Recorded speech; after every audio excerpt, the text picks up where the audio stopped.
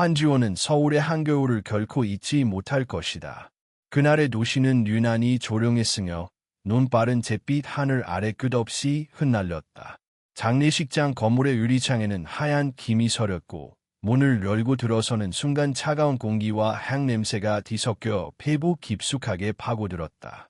영정사진 속의 한경호 대표는 언제나처럼 온화한 미소를 짓고 있었지만 그 웃음은 이제 그녀를 더 이상 따뜻하게 맞아줄 수 없었다. 아버지, 이렇게 빨리 떠나셨어요. 지원은 손끝이 떨리는 것을 느끼며 향을 올렸다. 간 위에 내려앉은 하얀 꽃잎들이 바람에 흔들릴 때마다 마치 아버지가 마지막 숨을 내쉰 순간의 떨림이 다시 재현되는 듯했다. 그녀는 아버지의 죽음이 믿기지 않았다. 교통사고 후 집에서 쉬던 중 갑작스런 심장마비라니 의사가 말한 사인은 그럴듯해 보였다. 하지만 한경호는 오랫동안 철저하게 건강을 관리해 온 사람이었다. 어느 누구보다 규칙적이고 건강검진도 빠짐없이 받던 그였다. 그런 사람이 이렇게 갑자기 심장이 멈췄다는 것이 도무지 이해되지 않았다. 그러나 지원의 의무는 장례식 내내 묵살될 수밖에 없었다. 모든 장례 절차를 주도한 사람은 아버지의 재혼 상대, 정석영이었다. 재혼 기간은 고작 몇 달. 그러나 그녀는 마치 오래된 아내인 양 당당하게 상주 자리를 지키고 있었다. 기자들 앞에서 슬픈 표정을 짓고 고개를 숙였다가도 돌아서면 묘하게 차가운 눈빛으로 주변을 훑었다. 지원아, 이럴 때일수록 내가 중심을 잡아라지. 정석영이 손수건을 건네며 말했다. 그러나 지원은 그 손수건을 받을 수 없었다. 이 여자의 손에 닿는 것마저 불쾌하게 느껴졌다. 그녀는 아버지의 장례식장에서 너무 많은 것을 잃었다. 슬픔뿐 아니라 믿음, 안전함, 그리고 마지막 가족마저 빼앗긴 듯한 기분이었다. 더 큰 충격은 장례 마지막 날에 찾아왔다. 한지원 씨, 이건 고인이 남기신 유언장입니다. 직접 확인하시죠. 법률사무소 직원이 펼친 서류에는 서명한 서명이 있었다. 한경호의 재산 대부분이 정석영에게 상속된다는 내용이었다. 지원의 이름은 어디에도 없었다. 말도 안 돼요. 아버지가 제 이름을. 지원의 목소리는 점점 작아졌고 법률사는 사무적인 어조로 대답했다. 고인이 직접 서명하셨습니다. 작성일은 사망 일주일 전으로 되어 있군요. 일주일 전. 그때 아버지는 아직 병원에 입원해 있었다. 사건 후유증으로 어지럼증을 호소했고 몸을 제대로 가누지도 못했었다. 그런 아버지가 복잡한 유언장에 서명했다고.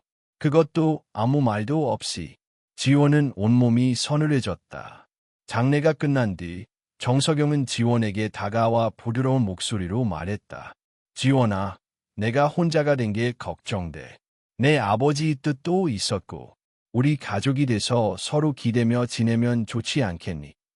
지원은 아무 말도 할 수 없었다. 그러나 이어진 말은 그녀를 더욱 혼란스럽게 했다. 민혁이랑 결혼하는 게 어떻겠니? 네? 내 아버지가 그러길 바라셨어. 그분은 내가 앞으로 혼자 살아갈까봐 걱정을 많이 하셨어. 민혁이는 책임감 있는 아이야. 내가 기대어 살아갈 수 있을 거야. 강민혁, 정석영의 아들이자 미국 유학파 출신으로 알려진 엘리트. 장례식 내내 조용하고 공손한 태도로 지원을 대하던 남자였다. 그를 볼 때마다 지원은 어딘가 모르게 이질감을 느꼈다. 슬퍼하는 듯한 표정 뒤로 가려진 어떤 공허함, 그리고 의미를 알 수 없는 미묘한 미소. 아버지가 진짜 그런 말씀을. 지원은 조심스럽게 물었지만 정석영은 담담한 얼굴로 고개를 끄덕였다. 지원아, 내 아버지는 누구보다 너의 미래를 생각하셨어. 지원의 가슴 속에서 무언가 무너져 내렸다. 아버지가 살아있었을 때조차 그녀의 인생에 개입한 적이 거의 없던 사람이 죽기 직전 갑자기 그녀의 결혼까지 결정했다는 말이 납득되지 않았다. 그러나 정석영의 말은 단호했다. 마치 이미 모든 것이 정해진 듯한 어조였다. 며칠 뒤 지원은 강민혁과 마주 앉았다. 그는 조용히 차를 따르며 말했다. 지원 씨, 어머님 말은 혹시 부담스럽게 들렸다면 죄송합니다. 저도 갑작스럽긴 했지만 지원 씨가 불편하지 않도록 최선을 다하고 싶습니다. 그의 말은 매끄럽고 예의 바른 듯했지만 지원은 마음 깊은 곳에서 이상한 찝찝함을 느꼈다. 그는 지원을 바라볼 때마다 마치 그녀를 위로하는 것이 아니라 관찰하는 듯한 눈빛을 하고 있었다. 그날 밤, 지원은 아버지의 방에서 마지막으로 남겨진 물건들을 정리했다. 책상 서랍을 열자 유일하게 눈길을 끄는 것이 있었다. 한경호의 필체로 적힌 짧은 메모. 지원아, 조심해라. 사람은 겉모습만으로 알 수 없다. 그는 무엇을 알고 있었던 걸까? 누구를 경계하라고 말하고 싶었던 걸까? 바람이 창문 틈 사이로 스며들며 종이를 흔들었다. 지원은 떨리는 손으로 메모를 접어 가슴에 품었다. 그날 이후 그녀는 결혼을 회피할 수 없다는 현실을 깨달았다. 정석영은 이미 언론을 통해 두 집안의 약혼을 암시했고 재벌가 사람들은 이를 기정사실로 받아들이고 있었다. 만약 그녀가 거부한다면 아버지의 회사는 완전히 정석영의 손아귀에 들어가고 지원은 사회적으로 고립될 것이 분명했다. 하지만 그보다 더 무서운 건 아버지의 죽음이 단순한 사고가 아니라는 느낌이었다. 지원은 조용히 거울을 바라보았다. 얼굴은 창백했고 눈 밑은 어두웠다. 그러나 그 속에서 새로운 각오가 번져갔다. 아버지, 진실을 찾아낼게요. 약속할게요. 그 겨울밤, 한지원의 복수와 진실을 향한 여정이 조용히 시작되고 있었다. 한지원은 정석영의 뜻에 따라 강민혁과의 약혼을 받아들였다. 정확히 말하자면 받아들일 수밖에 없었다. 그녀가 거절할 수 있는 선택지는 처음부터 존재하지 않았다. 언론에서는 이미 한정그룹과 한코어의 전략적 동맹이라는 기사를 실었고 주요 재계 인사들이 참석하는 낙혼식은 하루가 다르게 준비되었다. 서울 청담동의 고급 호텔에서 열린 낙혼식. 플래시 세례가 쏟아지는 무대 위에서 한지원은 순백의 드레스를 입고 서 있었다. 그녀의 손을 잡은 강민혁은 늘 그렇듯 정중하고 차분한 태도였지만 지원은 그의 손끝에서 얼음 같은 차가움을 느꼈다. 수백 명의 하객이 미소 지으며 두 사람을 축복했지만 그녀의 내면은 정적에 잠긴 호수처럼 고요하고 불안정했다. 오늘 정말 아름다우시네요. 민혁의 말에 지원은 억지로 미소를 지었다. 감사해요. 당신도 멋져요. 그들은 연인처럼 보였고 부부처럼 행동했다. 하지만 지원의 마음속엔 한순간도 긴장이 풀리지 않았다. 약혼식 후 지원은 한정그룹의 본가로 이사했다. 서울 성북동 원덕 2 대문에서부터 위압적인 돌담과 경비 시스템으로 둘러싸인 저택이었다. 내부는 고했고 완벽하게 정돈된 인테리어는 감정을 배제한 듯한 차가운 아름다움을 풍기고 있었다. 지원이 머무르게 된 방은 2층 가장 안쪽의 방이었다. 넓고 고급스러운 공간이었지만 창밖의 전망조차 어딘가 감시당하는 느낌을 주었다. 벽면에는 고급 보안 시스템이 설치되어 있었고 문틈에는 작게 녹색 불빛이 깜빡였다. 처음 며칠간 지원은 적응하려 애썼다. 거실에서 가족들과 함께 식사했고 민혁과 함께 산책도 나갔다. 하지만 그녀는 곧 깨달았다. 이 집은 가족의 집이 아니라 권력의 집이라는 사실을. 오늘은 어떤 옷을 입으실 건가요? 정석영이 직접 고용한 스타일리스트가 매일 아침 찾아왔다. 이 색상이 어머님께서 가장 좋아하신답니다. 지원은 무표정하게 고개를 끄덕이며 옷을 갈아입었다. 식사 시간에는 정석영이 대부분의 대화를 주도했다. 그녀는 웃으며 집안의 경영 방향, 재단 운영, 그리고 언론과의 관계에 대해 말했다. 민혁은 그저 고개를 끄덕였고 지원은 조심스럽게 맞장구를 쳤다. 그녀는 아직 그들에게 의심받을 준비가 되지 않았다. 지원아, 민혁과 함께 회사 일도 조금씩 배워보는 게 어때? 정석영이 말했다. 내 아버지의 피가 흐르는 만큼 경영에도 소질이 있을 거야. 감사합니다. 그렇게 하겠습니다. 지원은 담담하게 대답했지만 마음속으론 이미 판단을 내렸다. 정석영은 자신을 단순한 며느리가 아닌 도구로 보고 있었다. 며칠 뒤 지원은 본가 뒷마당을 거닐다가 오래된 벤치를 발견했다. 거기엔 낡은 나무 팻말이 있었고 흐릿한 글씨가 남아 있었다. 경우가 심은 목련나무 2003년 봄. 그녀는 무릎을 꿇고 그 나무를 바라보았다. 잎은 모두 떨어져 있었지만 줄기는 굳건했다. 아버지가 심은 나무, 살아남기 위해 뿌리를 내렸던 존재. 바로 그 순간 멀지 않은 창문 너머에서 들려오는 낮은 대화 소리에 귀가 멈췄다. 익숙한 목소리. 정석영이었다. 위원장은 잘 처리됐어. 지금쯤이면 아무도 의심 못해. 경우 그 사람 마지막까지 미련하게 굴더라니까. 혹시 약이 들킨 건 아닐까요? 민혁의 목소리였다. 걱정 마. 올레안더는 흔적도 남기기 어렵다고. 이미 정리됐어.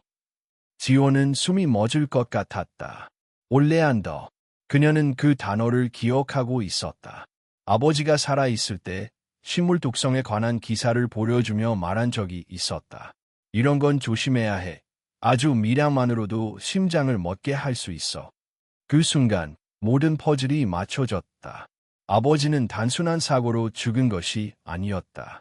정석영과 민혁은 그를 죽였다. 그리고 지금 그들이 그녀에게도 같은 운명을 준비하고 있는지도 몰랐다. 지호는 방으로 돌아와 문을 걸어 잠그고 침대에 주저앉았다. 손은 떨리고 눈앞이 흐려졌다. 그러나 그녀는 울지 않았다. 오히려 심장이 차갑게 가라앉았다. 내가 뭘 할 수 있을까? 그녀는 자신에게 되물었다. 법적으로, 윤리적으로, 그 어떤 것도 지금 당장은 그들을 건드릴 수 없었다. 그들은 너무도 완벽하게 준비했고 너무도 냉정했다. 하지만 지호는 결심했다. 눈에는 눈, 이에는 이. 정석영과 강민혁이 그녀의 삶을 철저히 짓밟은 만큼 그녀도 그들의 세상을 무너뜨릴 준비를 시작할 것이다. 그날 밤 지호는 책상 서랍을 열어 오래된 녹음기를 꺼냈다. 그녀는 오랜 시간 묵혀뒀던 그 기계를 손에 들며 중얼거렸다. 당신들이 얼마나 치밀한지 보자. 하지만 나도 아버지의 딸이니까. 지원의 눈빛은 더 이상 흔들리지 않았다. 그녀는 이 금빛 감옥 안에서 자신만의 칼날을 갈아가기 시작했다. 한지원이 강민혁과 정석영의 대화를 우연히 엿들은 날 이후 그녀의 세계는 완전히 달라졌다. 이전까지는 의심과 불신이 막연한 불안의 형태로 가슴 속에 떠다녔다면 그날부터 그것은 명확한 실체를 가진 진실이 되었다. 아버지는 사고로 죽지 않았다. 죽임을 당했다. 그리고 자신이 지금 서 있는 이 집은 그 살인자들이 사는 집이었다. 그러나 지호는 섣불리 움직이지 않았다. 그들의 잔혹함은 이미 충분히 드러났다. 아버지를 죽음으로 몰았던 사람들이라면 그녀를 죽이는 것 정도는 아무렇지 않게 결정할 수도 있었다. 계산은 철저해야 했다. 감정은 숨겨야 했다. 그리고 무엇보다 증거가 필요했다. 그녀는 먼저 행동 패턴을 분석하기 시작했다. 아침 식사 시간에는 정석영이 집안 일정을 말하며 마치 지원이 집안의 일부가 된 것처럼 대했다. 민혁은 회사 관련 보고를 이야기했지만 지원의 의견을 묻는 척하면서 사실상 아무것도 공유하지 않았다. 그들의 의도는 분명했다.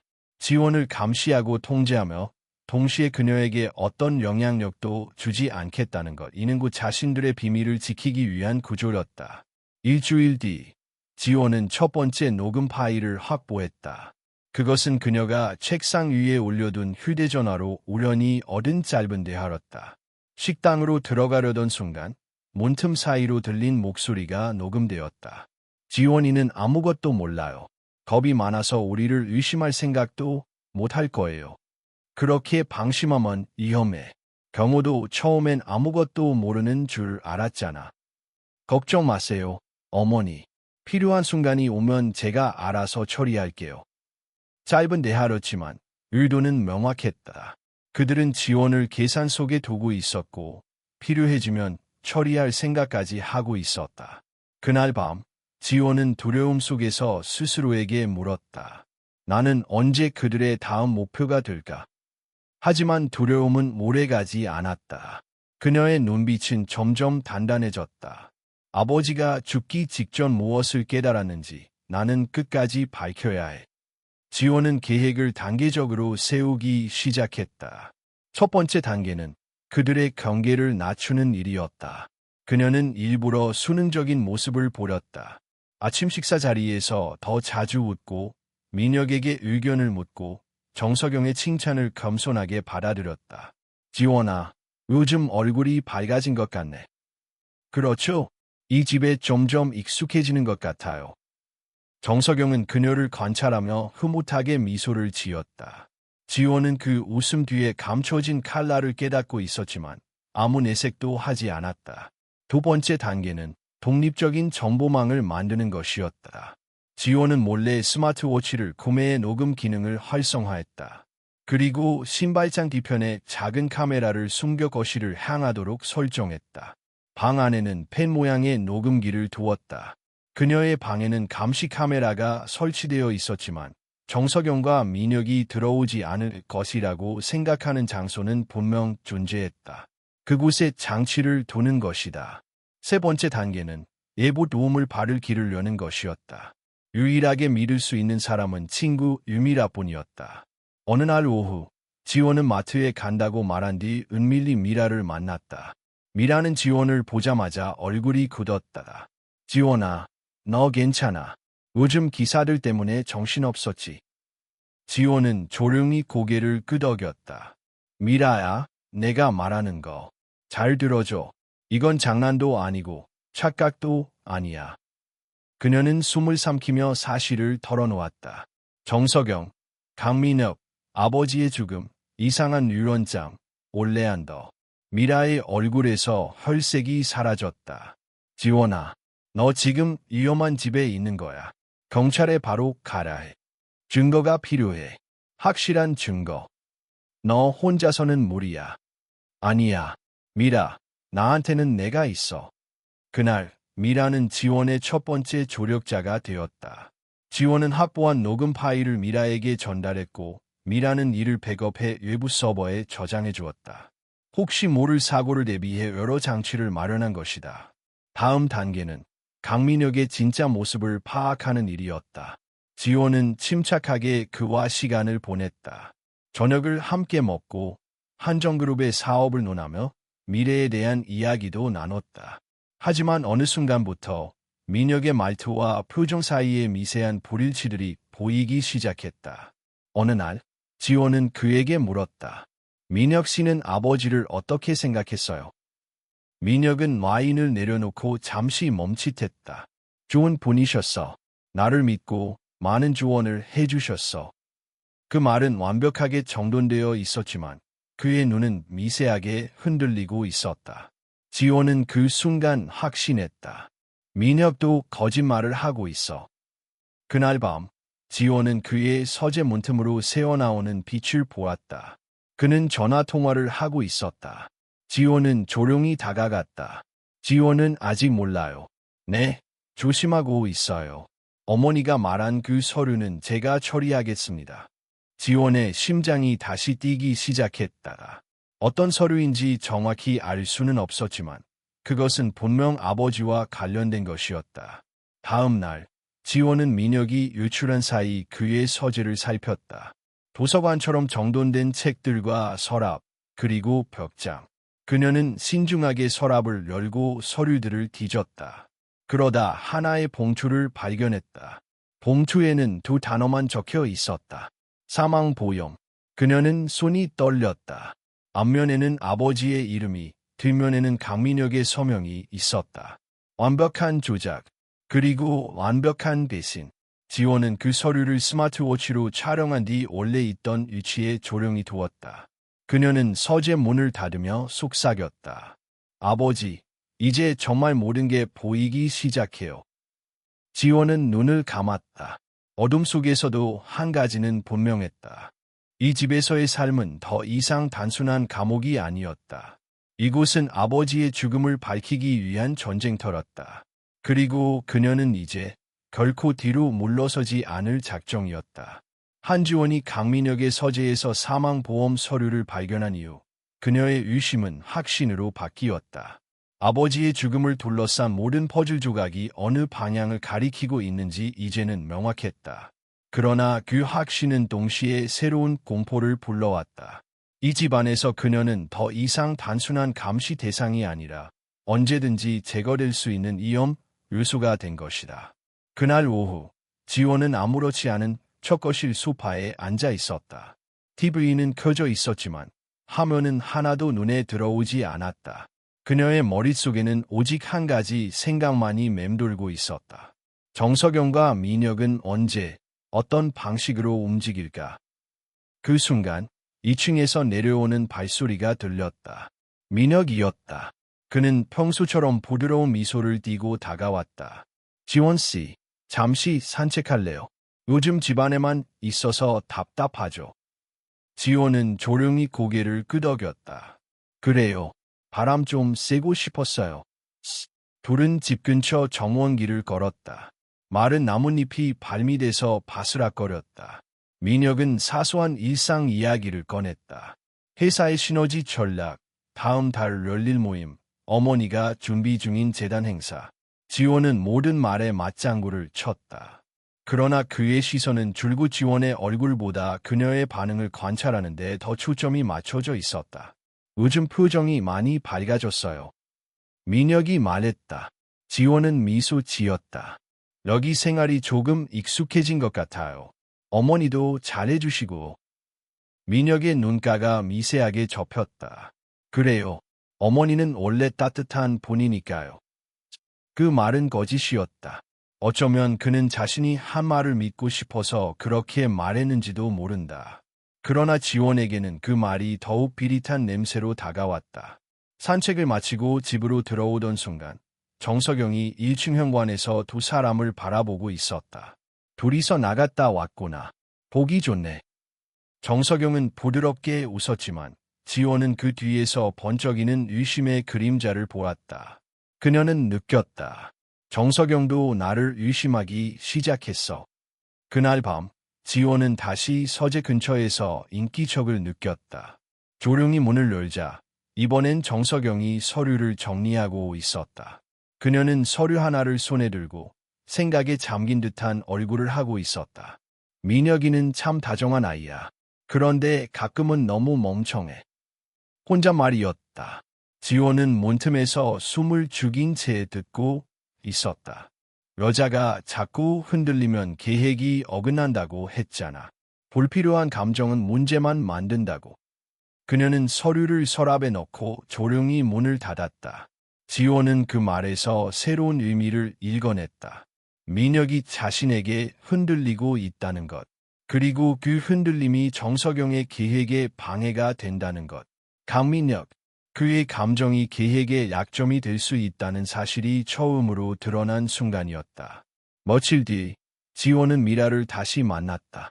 이번에는 더 조심스럽게 택시를 여러 번 갈아타고 CCTV가 적은 골목을 이용했다. 미라는 지원이 도착하자마자 그녀의 손을 꽉 잡았다. 지원아, 내가 보낸 자료들 심각해. 사망보험도 그렇고 그 대화 녹음도 그렇고 이거 잘못 걸리면 너 진짜 위험해. 지원은 고개를 끄덕였다. 그래서 그러는 게 아니야. 나 혼자서 할 수 없어. 누군가는 외부에서 움직여줘야 해. 원하면 바로 경찰에 넘길 수도 있어. 아직은 안 돼. 에이. 지원은 천천히 숨을 내쉬었다. 아직 결정적인 증거가 없어. 그들은 충분히 빠져나갈 방법을 갖고 있을 거야. 그리고 내가 신고한 걸 알게 되면 난 돌아갈 수 없어. 미라는 잠시 생각하더니 조용히 말했다. 그럼 내가 도와줄게. 대신 약속해. 절대 위험한 행동은 하지 않겠다고. 약속할게. 하지만 어느 순간이 되면 위험을 감수해야 할지도 몰라. 지원은 집으로 돌아가기 전 미라에게 한 가지 더 부탁했다. 내가 보내는 어떤 자료든 백업해줘. 내가 혹시 연락이 안 되면 바로 공개할 수 있게. 미라는 손을 꼭 잡으며 말했다. 너한테 무슨 일이 생기게 놔두지 않을 거야. 끝까지 도와줄게. 지호는 다시 금빛 감옥으로 돌아왔다. 그날 밤 그녀는 민혁에게 자연스러운 톤으로 물었다. 민혁 씨, 아버지 장례식 날 기억나요? 그는 순간 잔을 들던 손을 멈추었다. 얘 갑자기 그런 걸 물어. 그냥 아버지에 대해 이야기할 사람이 없어서요. 이제는 당신밖에 없잖아요. 민혁의 표정이 미묘하게 흔들렸다. 그는 잔을 내려놓으며 말했다. 지원 씨가 힘들어하는 거 알아요. 하지만 지난 일은 잊는 것이 좋지 않을까요? 잊고 싶어도 잘 안 돼요. 민혁은 그녀를 똑바로 바라보며 조용히 말했다. 시간이 해결해 줄 거예요. 제가 옆에 있으니까요. 지원은 속으로 생각했다. 그래, 내 감정은 분명 약점이 될 거야. 그날 밤늦게 지원은 책상 앞에서 무릎을 끌어안고 앉아 있었다. 그녀는 점점 커지는 진실의 그림자와 점점 더 가까워지는 위험을 동시에 느끼고 있었다. 그러나 이미 멈출 수 없는 길이었다. 아버지의 죽음에 대한 진실을 밝히기 위해 그녀는 어둠 속을 더 깊이 파고들어야만 했다. 지원은 녹음기를 켜고 혼잣말처럼 중얼거렸다. 아버지, 저는 지금 잘하고 있는 걸까요? 하지만 약속했잖아요. 진실을 찾겠다고. 그녀의 목소리는 떨리지 않았다. 어둠 속에서 그녀의 눈빛은 더 단단해지고 있었다. 그리고 그 결심은 곧 한정가의 그녀를 조금씩 벌려놓기 시작할 것이었다. 한지원은 더 이상 단순히 감시당하는 존재가 아니었다. 그녀는 금빛 감옥 속에서 조용히 그러나 집요하게 움직이는 사냥꾼이었다. 그리고 어느 순간부터 그들의 완벽해 보이던 일상에는 작은 균열이 생기기 시작했다. 아주 미세해서 눈치채기 어려운 균열이었지만 지원은 그 틈을 정확히 포착했다. 그 변화는 예상치 못한 순간에 찾아왔다. 어느 날 집안의 정기회의가 끝난 뒤 정석영이 지원에게 말했다. 지원아, 내일은 너도 함께 오너라. 재단 회의가 있어. 지원은 놀란 표정을 숨기고 고개를 끄덕였다. 제가 가도 괜찮을까요? 내가 이제 가족인데 왜 안 되겠니? 게다가 언젠가 너도 재단 일을 도와야 하잖아. 정석영이 갑자기 그녀를 공식석상에 드러내려 하는 것이 이해되지 않았다. 평소라면 조용히 뒤에서 감추고 통제하려 했던 인물이다. 그러나 곧 지원은 이유를 깨달았다. 정석영은 그녀를 완전히 자신의 통제 아래 두기 위해 세상 앞에 완벽한 며느리의 모습을 만들어야 했던 것이다. 앞으로 벌어질 일들을 대비하기 위한 이미지 메이킹. 그 배경에 어떤 목적이 숨겨져 있든 그녀는 이를 기회로 활용하기로 했다. 다음 날 재단 회의장. 화려한 조명이 비추는 곳에서 수십 명의 인사들이 모여 있었다. 지원은 단아한 정장 차림으로 자리에 앉았다. 모두가 그녀를 호의적으로 바라봤지만 그녀는 그 시선의 대부분이 단순한 호기심이라는 것을 알고 있었다. 회의가 시작될 무렵 정석영은 자연스럽게 그녀를 언급했다. 지원이는 앞으로 재단의 교육 사업에 조금씩 참여할 예정입니다. 한경호 회장님의 뜻이었어요. 그 말은 장래의 고개를 끄덕이게 만들었지만 지원은 속으로 차갑게 웃었다. 아버지가 재단에 관여한 적은 거의 없었다. 그 말은 분명 거짓이었다. 회의가 끝난 뒤 한 중년의 남성이 지원에게 다가왔다. 지원 씨, 부모님께서 재단 일을 좋아하셨다는 이야기는 처음 듣네요. 그는 아버지의 오래된 지인 중 한 명이었다. 지원은 순간적으로 긴장했지만 곧 자연스럽게 대답했다. 저도 자세히는 몰라요. 아버지께서 마지막에 어머니와 상의하셨다고 들었어요. 남성은 잠시 생각하더니 고개를 끄덕였다. 아, 그랬군요. 재혼 후에 많은 변화가 있었다고 들었습니다. 그 말이 끝나는 순간 지원은 그 남자의 표정에서 무언가 이상한 기색을 발견했다. 그는 마치 뭔가 말할 듯 망설였지만 결국 입을 다물었다. 지원은 생각했다.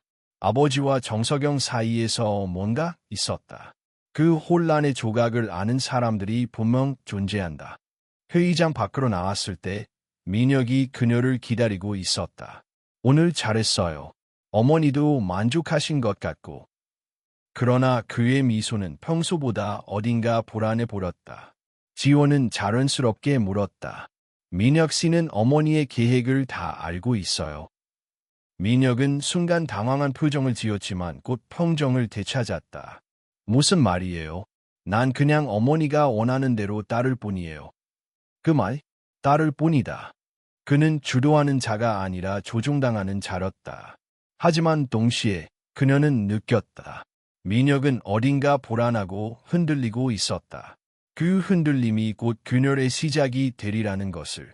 그날 밤, 민혁은 서재로 들어가지 않았다. 대신 정원 벤치에 앉아 있었다. 지호는 몰래 창문 너머로 그의 모습을 지켜보았다.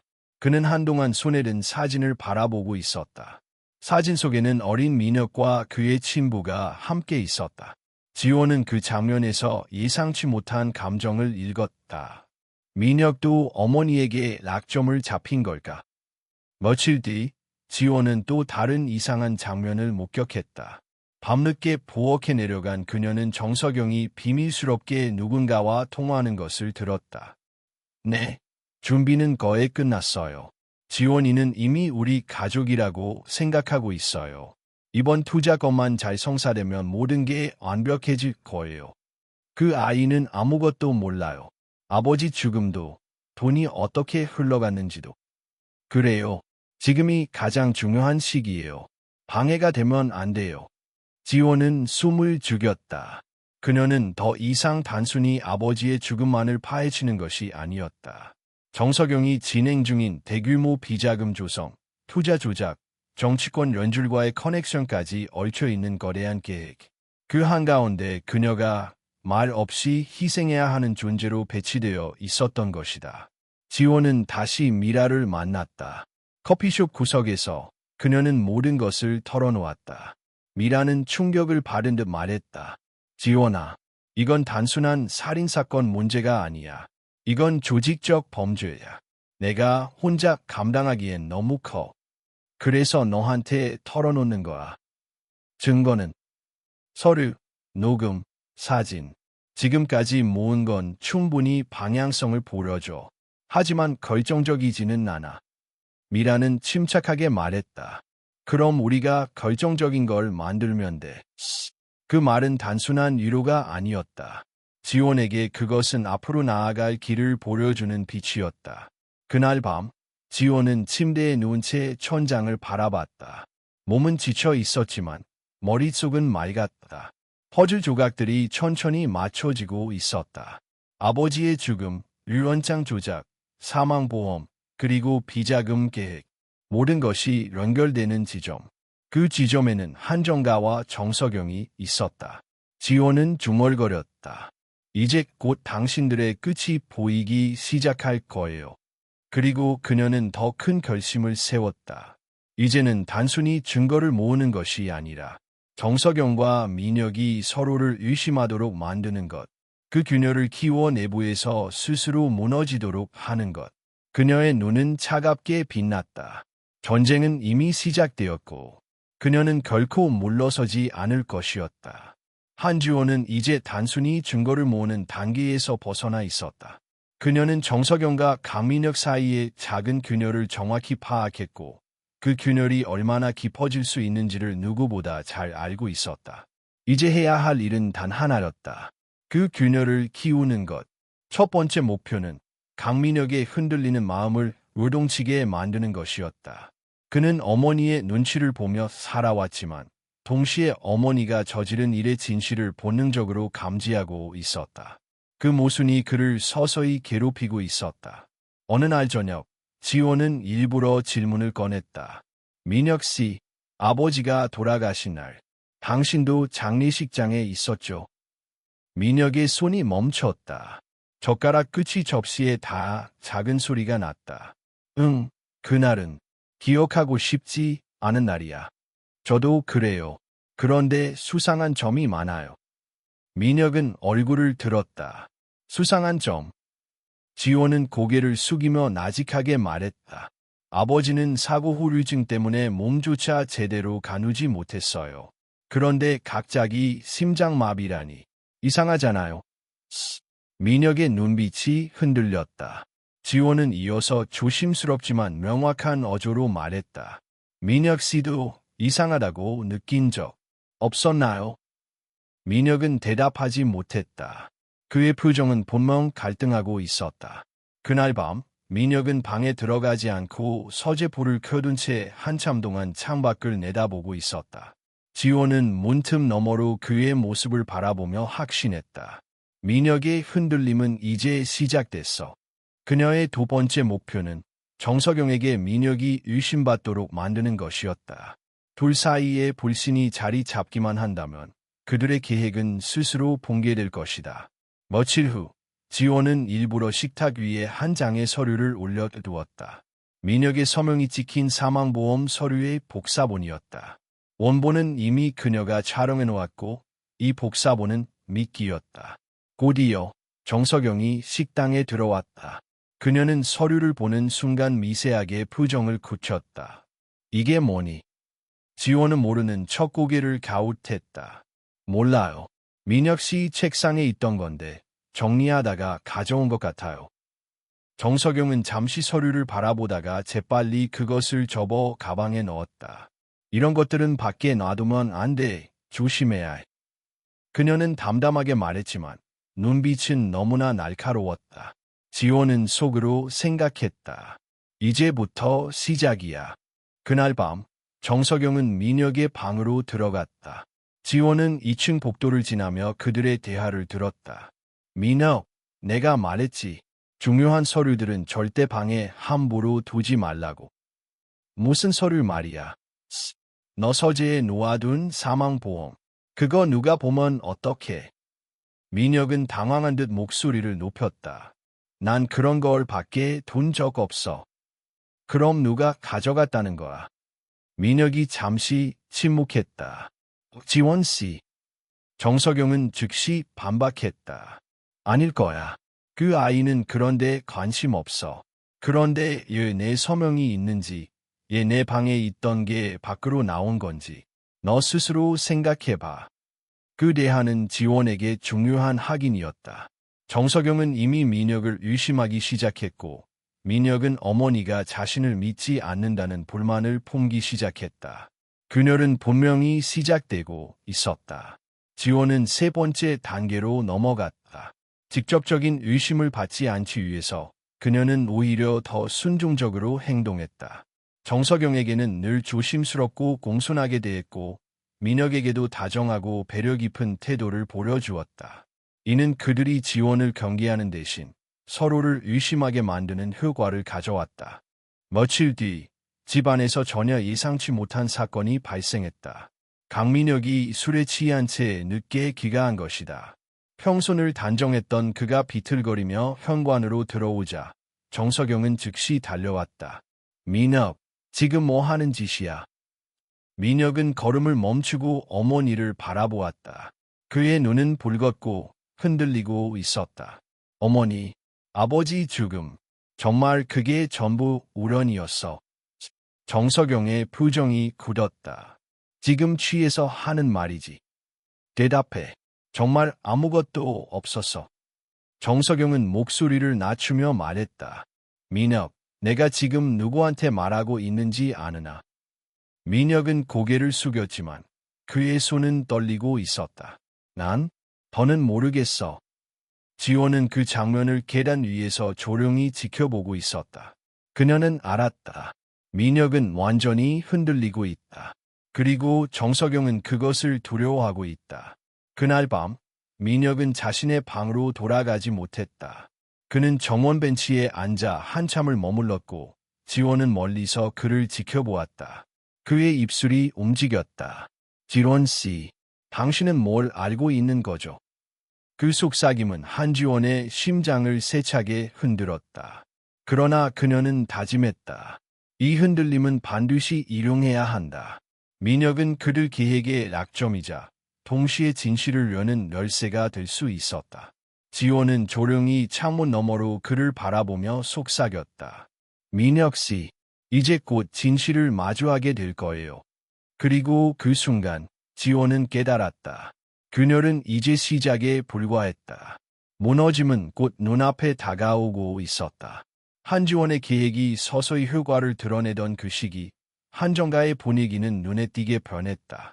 이전까지는 정석영이 완벽하게 통제하던 집안의 공기가 이제는 날카롭고 긴장된 분위기로 가득 차 있었다. 지원은 그 변화의 중심에 있었다. 그녀는 조용히 움직이며 이미 거대한 진실의 조각들을 조금씩 모아가고 있었다. 어느 날 아침, 집안의 직원 하나가 이상한 눈빛으로 지원을 바라보았다. 그녀는 다가와 나직하게 말했다. 아가씨, 잠깐 뵐 수 있을까요? 지원은 놀랐으나 표정에 드러내지 않았다. 네, 말씀하세요. 직원은 주변을 확인한 뒤 조용히 속삭였다. 조심하세요.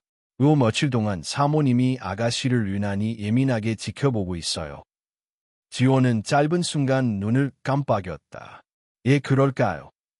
잘 모르겠어요. 하지만 사모님이 누군가를 의심하기 시작하면 그 사람은 절대 편하게 지내지 못해요. 직원은 말만 남기고 황급히 자리를 피했다. 지원은 깊은 숨을 내쉬었다. 정석영의 의심이 이제 더는 작은 균열이 아니라 명확한 위협으로 변하고 있었다. 하지만 지원은 겁먹지 않았다. 오히려 그녀는 이 순간이 더 강하게 전진해야 할 때라고 판단했다. 며칠 후, 지원은 의도적으로 민혁과 단둘이 있는 시간을 만들었다. 그는 최근 들어 눈밑이 어둡고 말수가 줄어들었으며 식사도 제대로 하지 않을 정도로 예민해져 있었다. 민혁 씨, 요즘 많이 힘들어 보여요. 지원이 말을 꺼내자 민혁은 잠시 그녀를 바라보다가 고개를 돌렸다. 지원 씨는 아무렇지 않아요. 무슨 말이죠? 이 집에서 불안하지 않아요. 지원은 가슴이 졸여드는 것을 느꼈다. 민혁은 거의 진실의 문 앞에 서 있었다. 그녀는 조심스레 말했다. 가끔은 그런 생각이 들 때도 있어요. 민혁의 눈빛이 흔들렸다. 나만 그런 게 아니었군요. 그 순간 지원은 그의 마음이 이미 정석영에게서 멀어지고 있다는 것을 확신했다. 그 흔들림은 점점 그녀에게 향하고 있었다. 하지만 동시에 그 감정이 위험하다는 것도 알고 있었다. 강민혁의 감정은 그녀에게 도움이 될 수 있지만 잘못 건드리면 언제든 폭발해버릴 위험한 허약고와도 같았다. 그날 밤, 지원은 서재에서 작은 노트 한 권을 발견했다. 민혁의 방에서 떨어져 나온 것처럼 보이는 그 노트는 겉표지에 아무런 표식 없이 오래된 가죽으로 덮여 있었다. 지원은 조심스럽게 펼쳤다. 노트의 첫 장에는 구겨진 사진 하나가 붙어 있었다. 어린 민혁과 그의 친부가 함께 웃고 있는 사진. 하지만 그 뒤로 넘어가자 그녀는 전혀 예상하지 못한 내용들을 발견했다. 어머니가 나를 지켜준다고 했어. 하지만 아버지를 잃은 이후 집안의 모든 것이 달라졌어. 그날 밤 어머니가 통화하던 목소리 아직도 기억나. 아버지의 죽음은 사고가 아니었어. 난 알아. 하지만 말할 수 없어. 지원의 손이 떨렸다. 민혁은 이미 오래전부터 자기 아버지의 죽음의 의문을 가지고 있었다. 그리고 그는 그 의심을 평생 숨기며 살아왔다. 지원은 더욱 확신했다. 강민혁은 정석영에게서 벗어날 수 없는 굴레 속에서 살고 있었다. 그의 감정은 죄책감, 두려움, 그리고 의심으로 뒤엉켜 있었다. 그렇게 지내온 세월이 그를 서서히 무너뜨렸고 그는 지금 간신히 버티고 있는 상태였다. 지원은 노트를 원래 자리에 두고 방으로 돌아왔다. 그러나 문을 닫는 순간 뒤에서 목소리가 들렸다. 지원 씨, 지금 뭐 하고 있었어요? 지원은 놀라 뒤돌아섰다. 민혁이 어둠 속에서 그녀를 바라보고 있었다. 그의 표정은 차갑지도 분노하지도 않았지만 너무나 복잡해 보였다. 지원은 침착하게 대답했다. 민혁 씨 노트가 떨어져 있어서 정리하려고 했어요. 그걸 읽었어요. 그의 목소리는 아주 조용하지만 떨리고 있었다. 지원은 숨을 가다듬었다. 네, 조금요. 민혁은 입술을 깨물었다. 그리고 의외로 그녀를 다그치거나 분노하지 않았다. 그걸 읽고 무슨 생각이 들었어? 지원은 잠시 그의 눈을 바라보았다. 민혁의 눈 속에는 분명한 취약함이 있었다. 오랫동안 봉인해둔 고백을 기다리는 눈빛이었다. 민혁 씨가 너무 외로웠다는 생각이 들었어요. 그 한마디에 민혁의 어깨가 순간적으로 흔들렸다. 그는 눈을 감았다. 난 어머니 말만 믿으려고 했어요. 그래야만 살 수 있었으니까. 하지만 마음속 깊은 곳에서는 그렇죠. 진실을 알고 있었죠. 민혁은 마침내 진실의 가장자리에 서 있었다. 그리고 지원은 조용히 그러나 단호하게 그의 손에 닿지 않도록 한 걸음 떨어졌다. 민혁은 중얼거렸다. 어머니에게 말해야 할까요? 아니요. 지원은 단호하게 말했다. 지금은 아니에요. 그러면 나는 뭘 해야 하죠? 지원은 그를 바라보며 천천히 말했다. 민혁 씨는 이제 진실을 마주할 준비가 됐어요. 그리고 당신은 곧 선택을 해야 해요. 민혁은 고개를 들었다. 어떤 선택? 지원의 목소리는 낮고 단단했다. 어머니 편에 설 것인지 아니면 진실 편에 설 것인지. 그 말은 민혁의 가슴속에서 오래 잠들어 있던 양심을 강하게 흔들었다. 눈앞의 남자는 흔들리고 있었고 그의 내면의 균열은 점점 더 깊어지고 있었다. 그날 밤 한정가의 공기는 더욱 무거워졌다. 그러나 지원은 알고 있었다. 균열이 깊어지면 무너짐은 피할 수 없다는 것을. 그녀의 손끝에서 진실은 조금씩 형태를 드러내기 시작하고 있었다. 그리고 어둠의 반대편에서는 커다란 폭풍이 서서히 다가오고 있었다. 한정가 저택은 이전보다 더 조용해진 것 같았다. 하지만 그 고요함은 평화의 기운이 아니라 폭풍 전야의 정적에 가까웠다.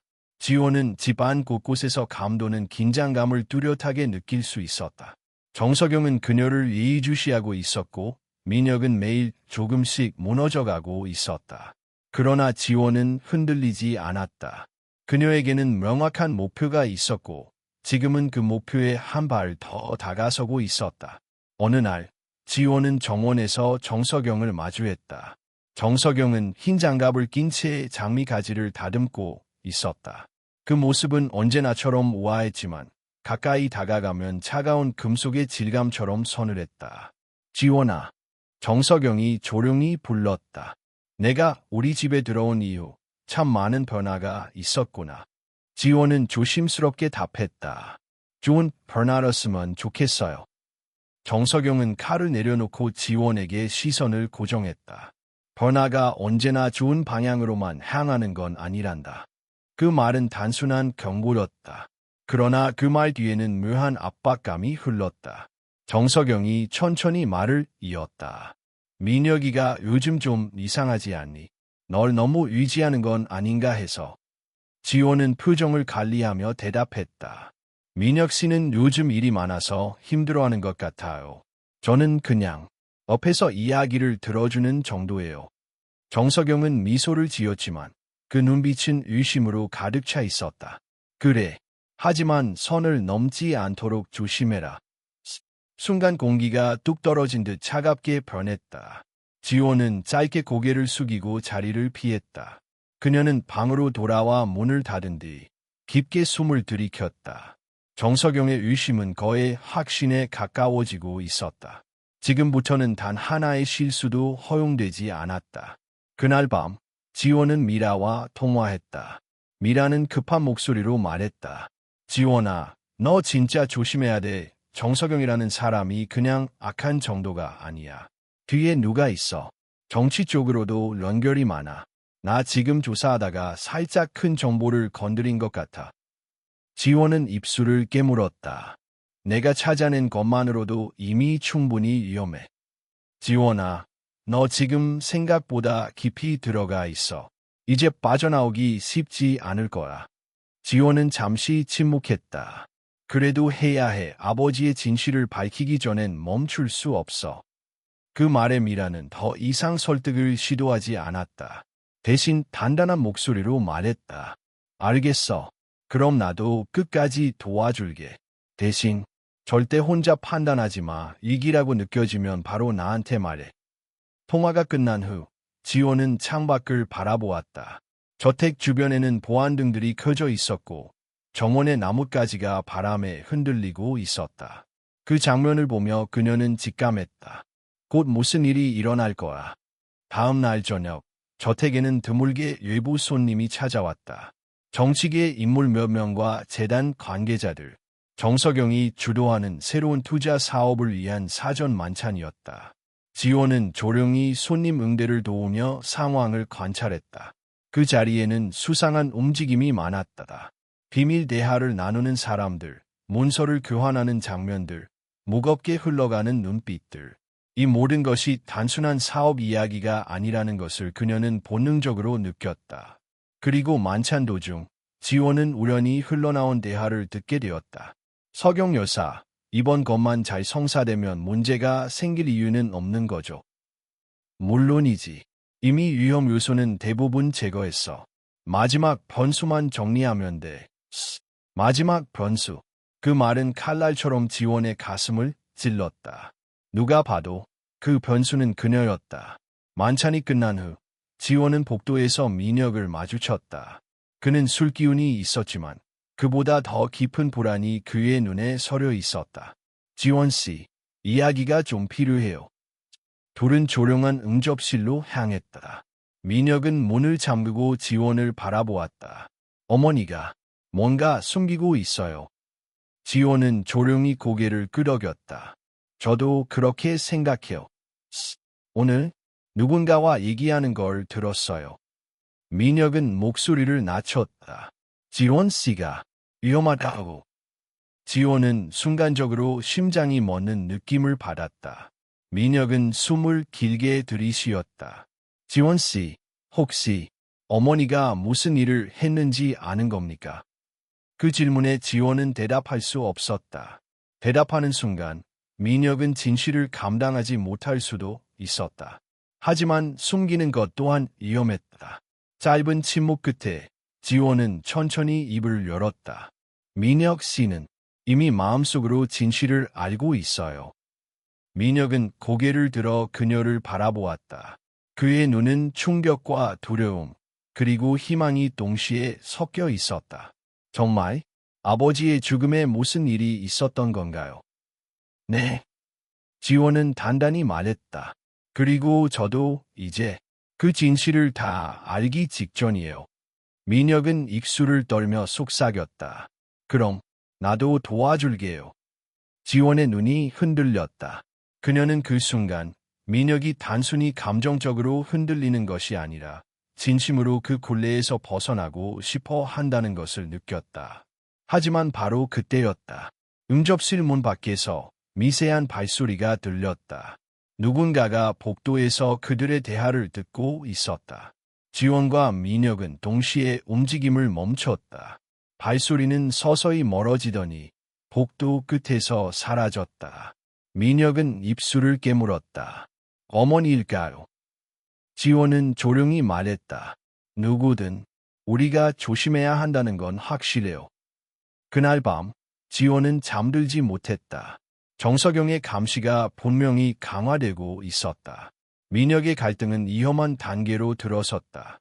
그리고 증거들은 점점 더 진실을 드러내기 시작하고 있었다. 곧 폭로의 순간이 온다. 그리고 어둠 속에서 움직이는 발자국들은 그 순간을 막기 위해 조금씩 가까워지고 있었다. 한정가 저택의 공기는 날이 갈수록 무거워졌다. 지원은 복도에 울리는 작은 걸음 소리마저 곤두세우며 지켜보았다. 누군가의 시선은 항상 그녀를 향해 있었고 감시의 손길은 손끝 하나 움직이는 것조차 쉽게 허락하지 않았다. 그날 밤 그녀는 홀로 책상 앞에 앉아 있었다. 책상 위에는 노트북, 녹음기, 그리고 미라에게 넘길 예정이던 또 다른 서류 복사본이 놓여 있었다. 이제 모든 조각은 충분히 모였다. 이제 남은 건 퍼즐의 마지막 모양을 확정짓는 핵심 증거뿐이었다. 그러나 바로 그때였다. 문틈 아래로 그림자가 스쳐 지나갔다. 누군가가 그녀의 방 앞에서 잠시 멈춘 듯한 느낌. 지원은 숨을 죽이고 귀를 기울였다. 그림자는 한참을 망설이다가 서서히 멀어져 갔다. 지원은 즉시 핸드폰을 들어 미라에게 메시지를 보냈다. 누군가 내 방을 감시하고 있어. 서류는 내일 바로 넘길게. 그러나 몇 분 동안 답장은 오지 않았다. 이상했다. 미라는 늘 빠르게 반응하는 사람이었다. 지원은 짧게 떨리는 손으로 창문을 밀어 열었다. 찬 밤 공기가 한순간 방 안으로 쏟아져 들어왔다. 그녀는 정원과 저택 주변을 살폈다. 그 순간 대문 앞에서 한 남성이 서 있는 것이 보였다. 하얀 코트를 입고 있었고 얼굴은 제대로 보이지 않았지만 그는 분명 이 집 사람이 아니었다. 바로 다음 순간 그 남자는 집 안으로 들어왔다. 경비원과 짧은 대화를 나누는 것처럼 보였고 곧 아무 문제 없이 건물 안으로 들어오는 것이 보였다. 지원은 직감적으로 알았다. 저 남자는 단순한 손님이 아니다. 그리고 정석영의 허락 없이 들어올 수 있는 사람도 아니다. 지원은 서둘러 불을 끄고 문에 귀를 대고 들었다. 복도에서 낮고 굵은 목소리가 들려왔다. 정석영의 목소리였다. 아꾸너, 생각보다 빨리 도착하셨네요. 남성의 목소리가 들렸다. 시간이 많지 않아서요. 문제는 이미 심각한 단계로 넘어간 것 같습니다. 정석영은 숨을 길게 들이쉬는 듯했다. 그 아이, 한지원, 움직임이 불안해. 남성은 차갑게 말했다. 어떻게 하실 생각입니까? 더 두고 보면 위험합니다. 지원의 심장이 세게 뛰기 시작했다. 그녀는 손으로 입을 막으며 그 대화를 계속 들었다. 아직은 때가 아니야. 하지만 이미 조사도 하고 있고 사람도 만나고 있지 않습니까? 그래도 지금 처리하면 오히려 눈에 띄어. 필요한 건 확실한 증거를 그 아이가 넘기기 전에 막는 것. 남성은 잠시 침묵하더니 말했다. 그럼 조용히 해결하는 방식으로 갑니다. 맞습니까?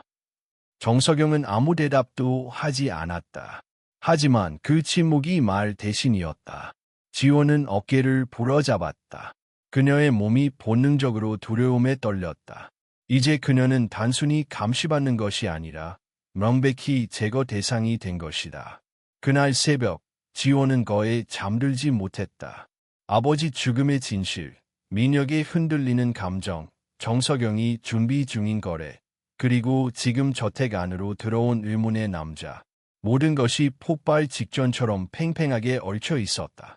다음 날, 지원은 일부러 평소처럼 행동했다. 그러나 그녀는 감시가 더 촘촘해졌다는 것을 쉽게 느낄 수 있었다. 집사들이 길을 막듯 지나가고 직원들은 이유 없이 그녀를 따라다녔다. 그녀가 전화를 하려고 하면 주변에서 기척이 느껴졌다. 그러던 중 민혁이 그녀를 조심스럽게 불렀다. 지원씨, 혹시 괜찮아요? 지원은 억지로 미소를 지었다. 괜찮아요. 그래요? 민혁은 주변을 신경 쓰며 나직하게 말했다. 어머니가 요즘 당신을 많이 의심하고 있어요. 나한테도 묻고. 그리고 어젯밤에 낯선 사람이 집에 왔어요. 지원은 심장이 내려앉는 느낌을 받았다. 그 사람 누구인지 알아요. 정확하게는 몰라요. 하지만 전에 봤어요. 아버지 장례식장에서. 그 말은 결정적이었다. 그 남자는 단순한 동업자나 손님이 아니었다. 아버지의 죽음과 연관된 인물이었다. 지원은 떨리는 숨을 삼켰다. 더는 기다릴 수 없었다. 그녀는 반드시 오늘 미라를 만나야 했다. 민혁 씨, 혹시 잠깐만 도와줄 수 있어요? 민혁은 놀란 표정으로 고개를 끄덕였다. 무슨 일이든 말해요. 지원은 조용히 말했다. 오늘 저녁 저 밖으로 나가야 해요. 아무도 모르게. 민혁은 당황한 듯 주변을 살폈다. 지금은 너무 위험해요. 그래서 도와달라고 하는 거예요. 민혁은 잠시 고민하다가 결심한 듯 말했다. 알겠어요. 내가 방법을 생각해 볼게요. 그날 저녁, 지원은 방에서 창밖을 바라보았다. 하늘은 흐렸고 바람은 강하게 불어 나뭇가지들이 요동쳤다. 금속 문이 바람에 흔들릴 때마다 작은 소리가 울렸다. 그때 문이 조용히 열렸다. 민혁이었다. 지금이야. 경비가 교대하는 시간이에요. 잠시 쳐다보는 사람이 아무도 없어요. 지원은 바로 가방을 챙기고 민혁을 따라 나갔다. 둘은 복도 끝 비상 계단으로 향했다. 민혁은 경비실 CCTV 화면이 비어있는 시간을 정확히 계산해 두었던 듯했다. 그런데 계단을 내려가던 중 갑자기 건물 전체의 조명이 꺼졌다. 정전이었다. 순간 어디선가 누군가의 발소리가 들렸다. 아주 빠르고 급한 발소리. 계단 쪽으로 향해 오고 있었다. 지호는 숨을 삼키며 민혁을 바라보았다. 민혁의 얼굴은 창백해져 있었다. 지원씨, 누군가 오고 있어요. 빨리 숨어요. 그 순간 발소리가 계단 위에서 멈췄다. 그리고 어둠 속에서 낮고 굵은 목소리가 들렸다. 지원씨, 어디 가십니까? 지원은 얼어붙었다. 그 목소리는 어젯밤 들었던 저택에 들어온 그 남자의 목소리였다. 폭풍은 드디어 그녀 바로 앞까지 다가와 있었다. 어둠 속에서 들려오는 낮고 굵은 목소리는 저택 전체를 뒤흔드는 듯했다. 지원씨, 어디 가십니까? 계단 위에서 모습을 드러낸 남자가 천천히 내려오고 있었다. 흰 코트를 걸친 그는 마치 이 집의 주인이라도 되는 것처럼 자연스러운 걸음이었다. 지호는 본능적으로 뒤로 물러섰다. 민혁은 그녀를 감싸듯 앞에 섰다. 남자는 계단 한가운데에서 걸음을 멈추고 두 사람을 바라보았다. 밤에 이렇게 움직이는 건 좋지 않은 습관입니다. 민혁은 떨리는 목소리로 말했다. 당신, 어머니가 부른 사람이죠. 남자는 잠시 미소를 지었다. 정확합니다. 상황을 정리하러 왔습니다. 정리. 그 한 단어가 모든 걸 설명했다. 지호는 그제야 깨달았다. 이 남자는 단순한 사업 파트너가 아니라 정석영의 뒷일을 담당하는 사람이다. 아버지의 죽음에도 관여했을 가능성이 충분했다. 남자가 한 걸음 더 다가오자 민혁은 두 팔을 벌리며 지원을 보호하려 했다. 지원 씨는 아무 잘못도 없어요. 건드리지 마세요. 남자는 작은 한숨을 내쉬었다. 민혁 씨, 이런 상황을 만든 건 그 아이입니다. 진실을 파고들었고 움직이기 시작했고 이제 곧 모든 걸 밖으로 꺼낼 겁니다. 그러면 이 집은 끝입니다. 지원은 떨리는 손을 가슴 위로 올렸다. 남자의 말은 너무나도 정확했다. 그녀가 움직이는 순간마다 정석영의 계획은 조금씩 금이 갔다. 그리고 그 금을 지워버리기 위해 이 남자가 온 것이다. 지원이 입을 열었다. 저를 없애려고 하는 건가요? 남자는 고개를 끄덕이지도 부정하지도 않았다. 그 침묵이 무엇보다 명확했다.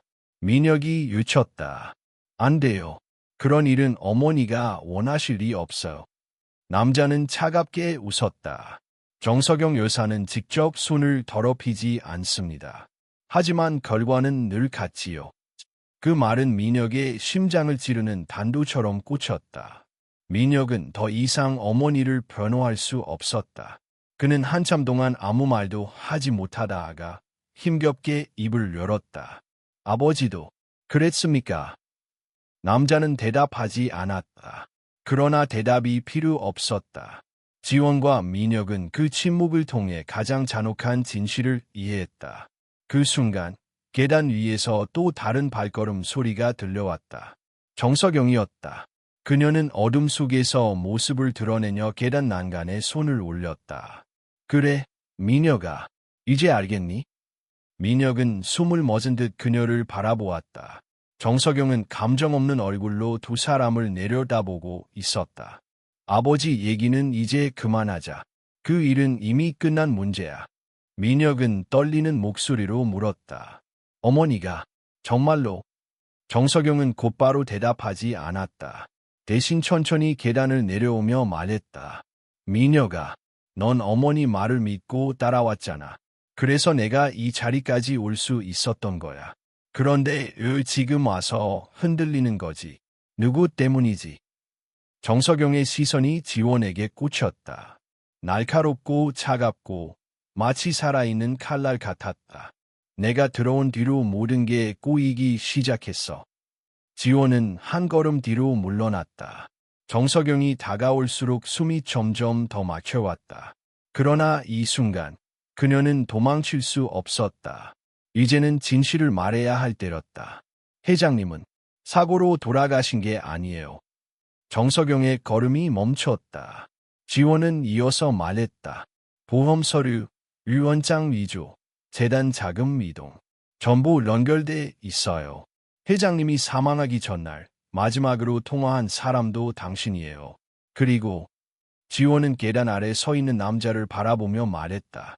이 남자도 그날 저택 근처에 있었어요. 장례식장에서 당신과 함께. 정석영은 전혀 놀라지 않았다. 그녀는 오히려 조용히 웃었다. 그래서 내가 그걸 세상에 말할 수 있을까? 지원은 단호하게 대답했다. 네, 이미 준비해뒀어요. 그 말에 정석영의 표정이 처음으로 흔들렸다. 무슨 뜻이니? 파일도 있고, 녹음도 있고, 사진도 있어요. 내가 혹시라도 사라지면 자동으로 외부로 넘어가게 돼 있어요. 정석영의 눈빛이 날카롭게 바뀌었다. 남자는 즉시 정석영을 바라보며 물었다. 어떻게 할까요? 정석영은 대답하지 못했다. 지금 어떤 선택을 하든 모든 것이 끝날 수 있었다. 그러자 민혁이 나섰다. 그는 천천히 어머니 앞에 섰다. 그리고 조용한 목소리로 말했다. 어머니, 이제 그만하세요. 정석영은 아들의 얼굴을 바라보았다. 그 눈빛 속에는 더 이상 흔들림이 없었다. 민혁은 결심한 사람이었다. 나는 더는 어머니를 지켜줄 수 없어요. 아버지를 죽게 만든 것도, 지원 씨를 없애려 한 것도 나는 다 봤어요. 그리고 평생 어머니의 말만 믿으며 살았지만 이제는 아니에요. 정석영이 입술을 달싹였다. 민혁아. 그러나 민혁은 고개를 저었다. 어머니의 계획은 여기서 끝이에요. 그 순간 남자가 지원에게 다가섰다. 하지만 민혁이 앞을 막아서며 말했다. 그만두세요. 더 이상 그 사람에게 손대지 마세요. 남자는 잠시 망설이다가 뒤로 물러났다. 그는 정석영의 눈치를 보고 있었다. 그러나 정석영은 아무 말하지 못했다. 그녀도 이제 끝을 알고 있었다. 지원은 민혁의 뒤에서 낮게 말했다. 이제 경찰에 가요. 지금이 아니면 늦어요. 민혁은 고개를 끄덕이며 지원의 손을 잡았다. 두 사람은 계단을 내려가 저택의 현관으로 향했다.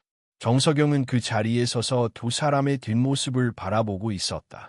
그녀는 처음으로 완전히 무너진 얼굴을 하고 있었다.